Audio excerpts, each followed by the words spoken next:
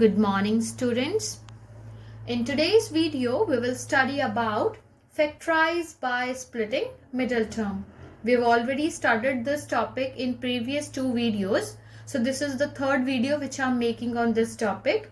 So if you have not seen the previous two videos, kindly go through those two videos and then see this video. Now, in the previous two videos, we were having questions like this only. The only difference was here with the first term where you have square, the coefficient was 1. There was nothing with the variable. If nothing is here, we consider the coefficient as 1. But today we will do the questions in which we will have coefficient other than 1 here, means 1 के अलावा कोई और coefficient होगा. Like in this question we have 4, 3 हो सकता है, 2 हो सकता है, 12 हो सकता है, negative coefficient भी हो सकता है, means -4, -3, you can have negative coefficients also. So today we will discuss the questions in which our variable having square will have coefficient other than 1. हमने पहले जो videos की थी उनमें यहाँ कोई भी नंबर नहीं होता था, तो इट मीन्स उनका कोफिशिएंट 1 होता था. और अब हमारे पास यहाँ पे 1 के अलावा और जो मीन्स 1 नहीं होगा, कोई और नंबर्स हमारे कोफिशिएंट्स होंगे. So when you will have questions like this where the coefficient of this first variable where power is square is not 1, then you will take this coefficient 4 and you will multiply it with the last constant term, that is -24. So 4 into -24 is -96. तो आप यहाँ का जो coefficient होगा उसको इस last constant term के साथ मल्टीप्लाई करेंगे और देखेंगे क्या आ रहा है. So this is negative, this 4 is positive, तो +4 इंटू -24 इज -96. तो हमारा यहाँ पे आ गया -96, राइट. अब उसके बाद ये वाला नंबर नोट करते हैं हम, -20. अब मुझे ऐसे दो नंबर्स ढूंढने हैं जिनको मैं मल्टीप्लाई करूं तो -96 मिले, और जिन्हें मैं ऐड करूं या सब्ट्रैक्ट करूं तो मुझे -20 मिलना चाहिए. तो उसके लिए हम क्या करते हैं, हम 96 की प्राइम फैक्टराइजेशन करते हैं. पिछले दो वीडियोस में हमने ये डिस्कस किया है.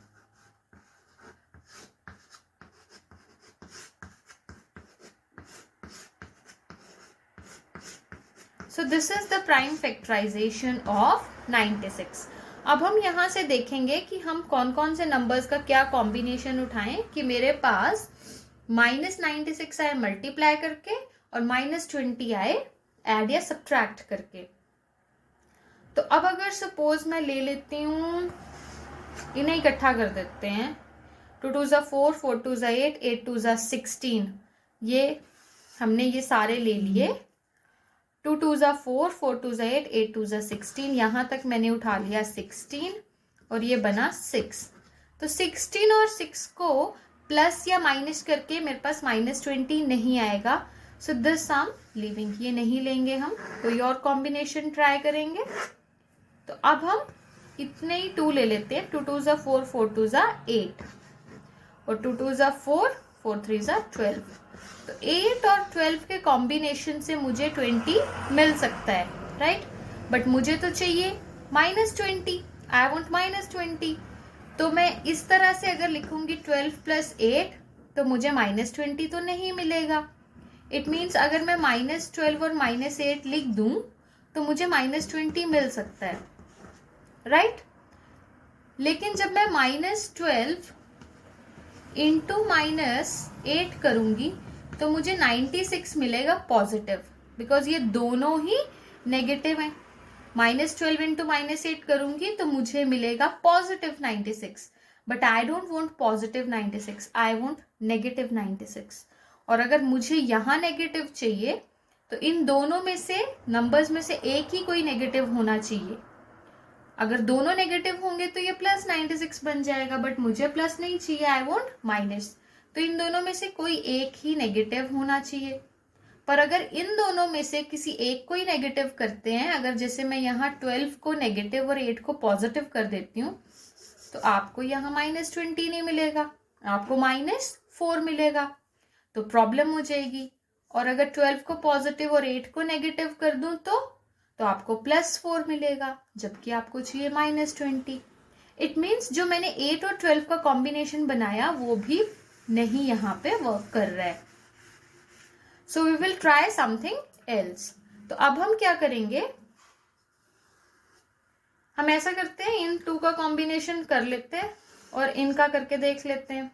2 × 2 4 और ये 2 × 2 × 2 × 3 आएगा 24। तो 4 और 24 का कॉम्बिनेशन भी मुझे सब्ट्रैक्ट करके -20 दे सकता है।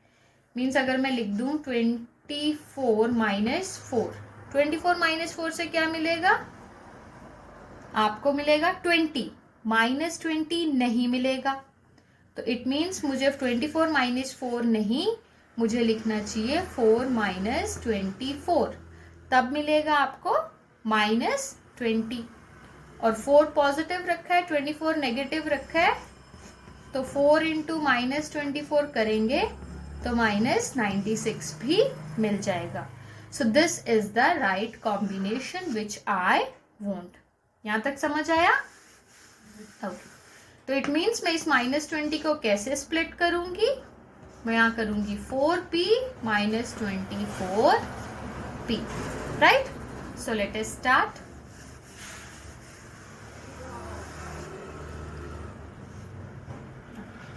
तो ये 4p² एज इट इज आएगा। सिर्फ आपने मिडिल वाली टर्म को स्प्लिट करना होता है, बाकी फर्स्ट टर्म और लास्ट टर्म को कुछ नहीं करना है। जो मैंने 4 × -24 करके -96 लिखा था, वो सिर्फ -20 को किस तरह से फैक्टराइज करना है, उसके क्या फैक्टर्स बनाने हैं, उसके लिए किया था। तो अब हमने क्या फैक्टर्स बनाए हैं, +4p -24p, राइट? देन -24, ये एज इट इज लिखना है। इसको कोई बच्चा -96 ना लिख दे, अदरवाइज गलत हो जाएगा। जो हमने -96 किया था वो हमने सिर्फ 20 को कैसे स्प्लिट करें वो देखने के लिए किया था। बाकी फर्स्ट और लास्ट टर्म में क्वेश्चन में यहाँ पे कोई चेंज नहीं करना है, सिर्फ आपने स्प्लिट करना है अपनी मिडिल टर्म को ना। इन दोनों में से क्या कॉमन आ सकता है, 4 भी कॉमन आ सकता है और p भी कॉमन आ सकता है। And inside you are left with 4 भी चला गया, p² में से p भी चला गया, ओनली 1p इज लेफ्ट। और यहाँ पे 4 भी चला गया, p भी चला गया। तो ये हम पहले भी डिस्कस कर चुके हैं कि यहाँ कोई 0 ना लिखे। अगर 4 और p दोनों चले गए तो यहाँ कुछ नहीं बचा, तो 1 लिखेंगे, +1। क्योंकि जब आप 4p से अंदर मल्टीप्लाई करो, अगर ब्रैकेट खोलो तो सेम यही बनना चाहिए ना। तो 4p × p से तो 4p² बनेगा, एंड 4p × 1 से +4p बन जाएगा। लेकिन अगर आप यहाँ 0 लिख देते हैं तो 4p × 0 इज 0, फिर ये टर्म आपको नहीं मिलेगी, तो वो गलत हो जाएगा, राइट? अब यहां से क्या कॉमन लें, दोनों ही नेगेटिव है तो नेगेटिव साइन भी कॉमन ले लेते हैं, ताकि ब्रैकेट हमारी सेम बननी होती है ना। आपको पहले भी बताया ब्रैकेट सेम ही बनती है, तो ब्रैकेट में तो पॉजिटिव है दोनों, तो मुझे नेगेटिव कॉमन लेना पड़ेगा। और साथ में 24 भी कॉमन आ जाएगा, तो अंदर क्या बचेगा, p पॉजिटिव बचेगा, प्लस, क्यों, नेगेटिव साइन हम कॉमन ले चुके हैं, +1, क्योंकि यहाँ पे भी 24 कॉमन है, कुछ नहीं बचा तो 1।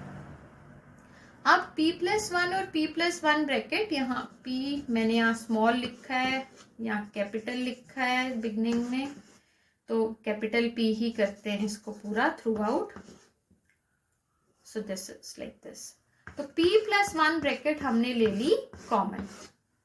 तो अब हमारे पास क्या बचेगा, यहां से बचा 4p और यहां से बचा -24।